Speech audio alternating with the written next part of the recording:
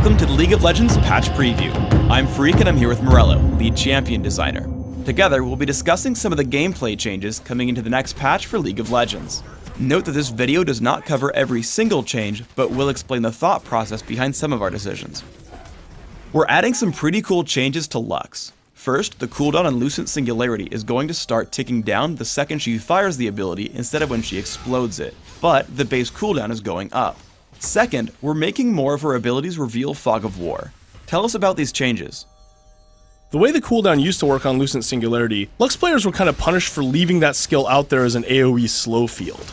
Now there's a little bit more timing and decision making involved in when to detonate that skill, since you're going to get it back at the same time anyway. How long can you hold it out there, slow foes, and still get that damage? That's something Lux players are going to have to think about a lot. This has a couple additional considerations as well. For example, CDR is now way better on Lux because it actually affects Lucent Singularity in a meaningful way. However, if you just double tap Lucent Singularity, you will see an overall DPS decrease based on the longer cooldown. But we predict this will be a great set of changes for Lux players and really reward skillful play. We also took this opportunity to add a couple of cool extra thematic utility things to Lux. For example, Lucent Singularity gives vision while it moves through the world, and her ultimate also gives vision when you shoot it off. This gives her a little bit more utility if you do want to run that bottom lane kind of more CC utility Lux, as well as just cool. She's a light mage, she should probably help you see things better. Olaf is receiving quite a few buffs. Undertow's base damage and AD ratio are going up, but the ability will now scale with bonus attack damage instead of total. Additionally, the base cooldown and cooldown reduction for picking up the axe are going down. Olaf's ultimate, Ragnarok, is losing its flat damage reduction and instead gaining bonus armor and magic resist. What are the goals with these buffs? The main objective behind going with bonus AD is that it doesn't include your champion's base stats, but still continues to include things like items and buffs. What this does as a design tool for us is it gives us more control over how the skill scales, and it lets us do things like buff as AD ratios. We wanted to buff the AD ratio because building AD and having that late game carry Olaf always seemed like an attractive option, but was never a competitive build.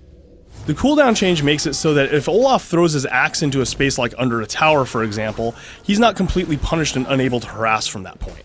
The reason to change from flat reduction into a resistance-based approach is because it incentivizes building health. This is important because you already get more bonus out of having a lot of health from vicious strikes, and it makes Reckless Swing less punishing. Overall, this will make it so that Olaf's defensive options are a little bit more cohesive, and then he can balance health versus AD as opposed to all these different defensive mechanisms. Ziggs has a few tweaks in store for him. Explosive Minefield's mana cost, slow duration, and damage for hitting multiple mines are all going down. Why are we making these changes?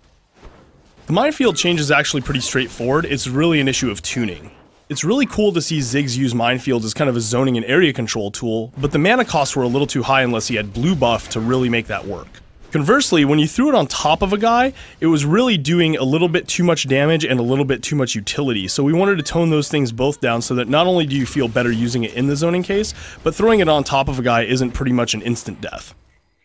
We're changing the regeneration sigils in the jungle on Summoner's Rift to also restore some mana to the champion in addition to health. What's the goal with this change?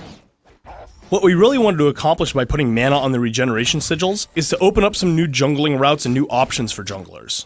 For example, as a jungler who uses mana, you can make the choice to either start maybe at small golems or at lizard and not feel completely crippled by the fact that you don't have blue buff. This also has a lot of implications for counter jungling as well. Counter junglers not only are denying more resources from the enemy when they do this, but they're also sustaining their own mana and making it easier for them to continue counter jungling if left alone. Thanks for tuning in to the League of Legends Patch Preview. Please subscribe to the Riot Games YouTube channel above, and don't forget to thumbs us up just below the video.